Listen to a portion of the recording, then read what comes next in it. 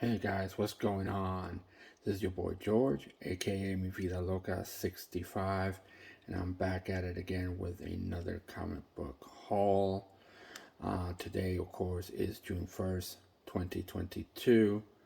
It's amazing already, pretty much half the year has already gone by.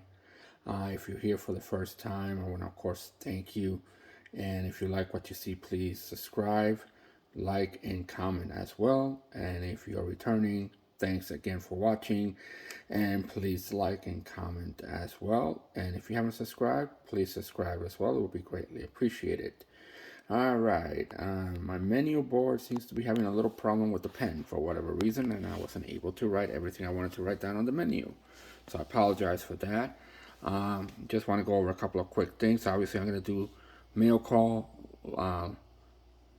LCSs, and of course, I have a couple of slabs that I got from Brys Comics. So I want to show you those as well. And also, I wanted to discuss what seems to be a little bit of a controversy in regarding to Obi-Wan Kenobi, in regards to the character Reva on the show. I know that she's been getting apparently quite a lot of hate from the Star Wars fans. I'm going to be very honest. I've been a Star Wars fan since the very beginning, since '77 when the first movie came out. I was old enough to go to the movie theater and watch the movie, so that shows you how old I am. But I've been around for a while, and I've seen them come and go. Um, are all Star Wars movies great? No. Are all Star Wars TV shows great? No. Are all the Star Wars characters incredible characters? No, not necessarily. I'm still not happy about Jar Jar Binks. I still think that is the absolute worst character that they have ever created for Star Wars. I didn't see the need for this particular character. Star Wars to me is not quote unquote comedy relief or silliness or goofiness. It's not something that I associate with Star Wars. That's what I've always found that particular character downright annoying, to be quite honest with you.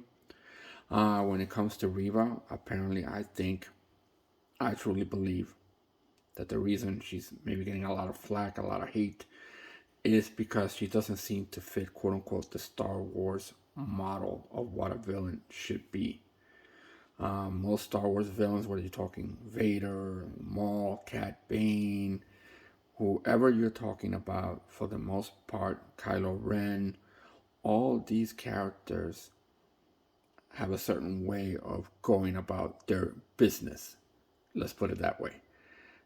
They are, usually they're very cold, they're calculating, they're very deliberate for the most part, outside of Kylo Ren throwing a temper tantrum here and there, but, that's that. But certain features seem to be pretty dominant on Star Wars villains. And even on the Obi-Wan show, which I found amazing, like I said, the other Inquisitors that are there besides Reva seem to be playing their Star Wars characters the way you would associate Star Wars characters to be played. That's my personal opinion. I think that's why she's getting some flack, because the character she is playing doesn't seem to fit the mold of what a Star Wars character is, if you can follow what I'm trying to say. Now, are there going to be some people that are racist? Oh, yeah, there are definitely people that are racist. I mean, I live in the real world. I'm Hispanic. I know that there are people that are just not going to like you based on your skin color, based on where you come from, your religion. Those are just facts of life. It is what it is. But I'm hoping that people will give her an opportunity to grow. Let's see what develops in the next 10 episodes of Obi-Wan. I think we'll see more and more of what makes her who she is, and maybe we'll start to appreciate her character a little bit more. So hopefully people will give her a little bit of space and a little bit of breathing room, and let's see what develops in the next 9 to 10 episodes. Also, before I begin, of course, I just want to let you know that if you're looking for books, you can go to Mercari under my name there, Vida Loca 65, and see some of the books I have. As I mentioned, I got over 1,500 reviews, and I am close to 700 followers. I think I'm too short of 700. So I appreciate all of those people that have bought books from me. And if you're one of those people that are watching right now, I want to thank you for taking time to purchase books from me or Pops. I've sold Pops as well. So if it's something that you have purchased from me, I want to thank you so much.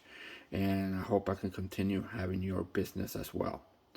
All right, guys, like I said, sorry for the menu. It looks a little bit sketchy, but for whatever reason, this blue pen is not doing the job right now. I'm not exactly sure what's going on. I don't know if it got dried up or what have you, but anyway, it is what it is. All right, we move on, as they like to say in show business. The show must go on. All right, let's show you the books that I just got today from the local comic book shop. This is Darth Vader number 23. This is the first cover appearance of the Bad Batch. I liked the show myself. I thought it was a great show. I really thought it was a very, very good show, quite honestly. I know it's coming back for a second season, so I'm looking forward to seeing what kind of adventures they get into. But this is the first cover appearance of Bad Batch in a comic book. Alright, guys, next. This is Miles Morales, Spider-Man number 38. This apparently is the first quote-unquote cover appearance of the adult Billy Morales from, obviously, we have seen her as a baby. I believe it was in Spider-Man number 13, Miles Morales, Spider-Man number 13, if I remember correctly. But apparently this is going to be the grown-up version. She's standing front and center on this particular cover. So, Miles Morales, Billy Morales, great potential. Why not? Alright, guys. Next is Moon Knight. This is obviously the reprint for number 1. Some of these reprints have become very, very popular. As a matter of fact, I know Thor number 1 with Jane Foster, I think, is right now making $15 to $20, I believe, is what it's selling for. So it's not bad for a reprint at all. So decided to pick up this Moon Knight number 1. All right. Next, this is Ghost Rider number 3. This is a Peach Momoko cover, and I'm sure some of you can figure out what the cover swipe seems to be from. So I think it's a good cover. I'm not a huge Peach Momoko fan, but this cover is pretty good, and I know that there is a first appearance in this particular book as well. Alright, guys, next, this is Avengers Forever number 6. Apparently this issue is an issue where Black Panther does not quote-unquote become Black Panther, but he becomes Vibranium Man. Again, with the multiverse being the way it is, anything and everything I think is fair game. This could be something that could come about somewhere down the road, so why not pick it up? Alright, guys. And the last book I picked up from my local comic book shop is The Closet number 1, another Tinian book. Again, the premise of the story sounds good. We're going to see what develops. Tinian, Something's Killing the Children, obviously has been amazing, but Nice House on the Lake and House of Slaughter I don't think has done as well as Something's Killing the Children. We'll see how this one develops. It looks like it's going to be a great little story, so why not pick it up? You just never know. Alright, guys, let me give you a quick rundown of some books I got in the mail as well. America number 1. Got this at a pretty decent price. Not a great price, but a very decent price. If you don't know, this is the first series of America Chavez. Obviously, we all know the character was introduced in Doctor Strange, the multiverse. Has an amazing potential in my eyes. Anything America Chavez you can get your hands on while you still can, why not pick it up? Next, I picked up this particular book, Preamble, the Recount, Preamble number 1. This apparently gives you the origin of the Vice President. Love the cover because it's a negative cover. As you can see, it's a 1 in 10 cover. The recount has obviously been an option. Obviously, with the events that are going on in this world right now, this particular story seems to be something that could be quite interesting when they put it on TV. So this is the origin of the Vice President. I just love the cover. I think the series itself has great potential. I think it will do well on TV. So hey, why not pick this one up as well? Alright, guys. Next, this is Venom #1. I know it introduces a new character, I believe, by the name of Brys. Book that's beginning to pick up a little bit of steam right now. So I was able to get this at a decent price, so I went for it. Alright guys, next is Star Wars Crimson Empire #2. Star Wars books, anytime, any first appearances that these books have, I'm going to start to grab them. I believe in them very strongly. Obviously new trailers have dropped for Andor, for Ahsoka. Like I said, Bad Batch got theirs dropped as well. Mandalorian's going to come back, obviously.